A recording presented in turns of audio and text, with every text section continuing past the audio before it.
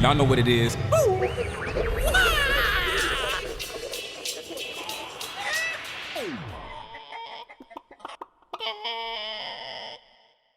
I wondered if you'd talk a little bit about how you grow a business when your steepest competition might live in the house. Yeah, it certainly is. It's a competitive business. It's hyper competitive. The barriers to entry are low. The margins are pretty thin.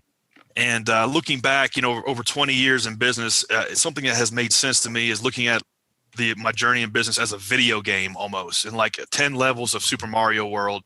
And as you progress through the journey of starting your business from scratch, you almost kind of like go through these different levels. And so in the landscaping business, level one was just trying to hustle up 20 customers and trying to hustle up an extra few $100 a week. And then level two was, well, now I need to buy a better lawnmower. I need to save 12 grand and I need to become more efficient, and I need to figure out a way to pass out flyers to get 100 customers. And I need to maybe get a part-time helper.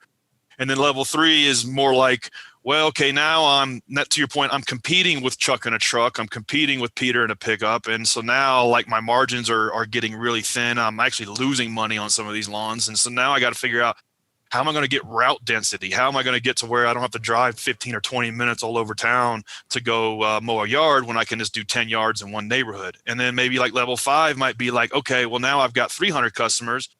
And I'm profitable and I've got 5 helpers, but I'm still physically mowing yards. So now I need to figure out how to hire an operations manager. And then also I want to get a crack at some of this commercial work. And that's where most people get stuck in this business. And so there was a long period of time trying to like get to level 6, 7, 8, 9, and 10. And these aren't like static defined systems that I'm just using a metaphor, if you will. And so like getting over the hump of myself mowing yards with a handful of helpers to myself and a sales system and a sales manager and a sales staff and an operations manager and a full-time mechanic and like 10 or 15 crew foremen, and figuring out all the little routines and processes took a long time, a lot of trial and error, and a lot of just taking every dime that the business made and reinvesting it back into the business and trying to figure out how to make the routines and processes really work and run predictably. These days, it's easier to figure this stuff out because there's online courses that'll teach you how to do this stuff in most every business. But back then, there wasn't YouTube, there wasn't podcasts like this one, and so it was just a long trial and error process. But it was one that I just had decided that I was going to have the biggest landscaping company in town.